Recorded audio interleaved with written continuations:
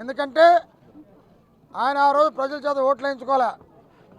ఒక ఎమ్మెల్సీకి వచ్చాడు, మంత్రి అయ్యాడు, ప్రజలు ఏం అడగకుండానే 43,000 ఇళ్ళు తెచ్చాడు. ప్రజలు ఏం అడగకుండానే అండర్ గ్రౌండ్ డ్రైనేజ్ తెచ్చాడు. అదే రకంగా ప్రజలు ఏం అడగకుండానే సంఘం నుంచి నీళ్లు తెచ్చాడు, మంచినీళ్ళు, త్రాగే నీళ్లు. అదే రకంగా ప్రజలు ఏం అడగకుండానే అనేక పార్కులు కడిగారు. అదే రకంగా ప్రజలు అడగకుండా ఒక రాష్ట్ర పండగ చేయాలి, బారాసాహెబ్ దర్గా అని చెప్పి చేశారు. నెల్లూరు ప్రజలకి ఇలవేల్పోయినటువంటి ఇరగాళమ్మకి ఒక హైదరాబాదులో నెక్లెస్ రోడ్ లాగా చేసిన ఘనత ఒక నారాయణ గారికి దక్కుతుంది. ఈరోజు చూస్తే రాష్ట్రంలో అన్ని మున్సిపాలిటీలని అభివృద్ధి చేసిన ఘనత ఒక నారాయణ గారిదే. ఫస్ట్లో అనుకున్నారు ఒక మున్సిపల్ మంత్రికి ఈయనేం చేయగలడని, తర్వాత అందరూ ముక్కు ముందు వేలేసుకున్నారు. ఇది నారాయణ గారిదని. ఏదో గతంలో ఒక 15,000 దొంగోట్లతో ఆ రోజు 1,500 ఓడిపోవడం జరిగింది. దొంగోట్లన్నీ తీసేయడం జరిగింది. నేను ప్రజానీకానికి ఒకటే కోరుతున్నా, నారాయణ గారికి ఓటు వేయాలంటే నారాయణ గారికి కాదు ఓటు, మన కోసం మనం వేసుకునే ఓటు, మన ప్రజల కోసం, మన ఇళ్ళ అభివృద్ధి కోసం, మన వ్యాపారాల అభివృద్ధి కోసం, మన ప్రజల రక్షణ కోసం నారాయణ గారికి ఓటేయాలి. అదే తెలుగుదేశం పార్టీకి ఓటేయాలని చెప్పి నేను మిమ్మల్ని కోరుతున్నా. ఎందుకంటే భావి తరాలకు కూడా గురించి ఆలోచించే వ్యక్తి ముఖ్యంగా నారాయణ గారు. ఆయన డబ్బులు సంపాదన వదులుకొని ఈరోజు ఎన్నో రాష్ట్రాల్లో ఉన్నటువంటి ఆయన పెట్టని ఇబ్బంది లేదు జగన్మోహన్ రెడ్డి గారు.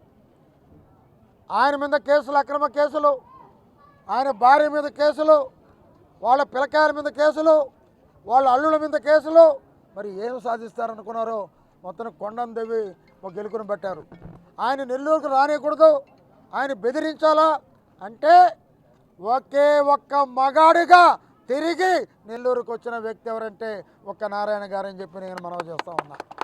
ఇటువంటి రోడ్డుకి నేను అదరను బెదరను, నాలో గుండె ధైర్యం ఉంది. మరొక విషయం, ఎవరైనా నా కళ్ళ ముందు చూశాను, సైకిళ్ళ మీద తిరిగిన వాళ్ళు కూడా ఎన్నో 100 కోట్లు సంపాదించారు. ఈరోజు వాళ్ళు చెప్పమంటే చెప్పరు. కానీ ఈ రాష్ట్రంలో ఇద్దరు చూశాను.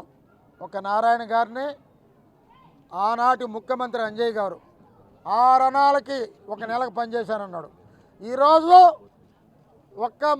మా నాన్న బస్సు కండక్టరు, ఒక గుడిసెలో నేను పెరిగాను, ఆ గుడిసెలో మా అమ్మ ఏలుముద్ర, ఆ గుడిసెలోనే నేను పాఠాలు చెప్పాను అని చెప్పినటువంటి ఏకైక వ్యక్తి ఒక మగాడు నారాయణ గారు అని చెప్పి నేను మనవి చేస్తూ ఉన్నా. ఎవరు చెప్పరు. ఈరోజు వస్తే మాకు 1000 కోట్లు ఉన్నాయండి, గతాన్ని ఎందుకు చెప్పాలంటారు. అటువంటి వ్యక్తి నారాయణ గారు కాదు.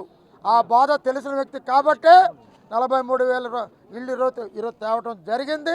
ఈరోజు పేదరికాన్ని నిర్మూలించాలనే ఒక ధ్యేయంతో మళ్ళీ పోటీకి వస్తున్నారు. అందుకే ప్రజలు ఆలోచించాలా. నారాయణ గారికి ఆ ఒక్క క్షణం మీరు వేసే ఓటు దాదాపు 5 సంవత్సరాల పరిపాలన మీద ఆధారపడి ఉంటుంది.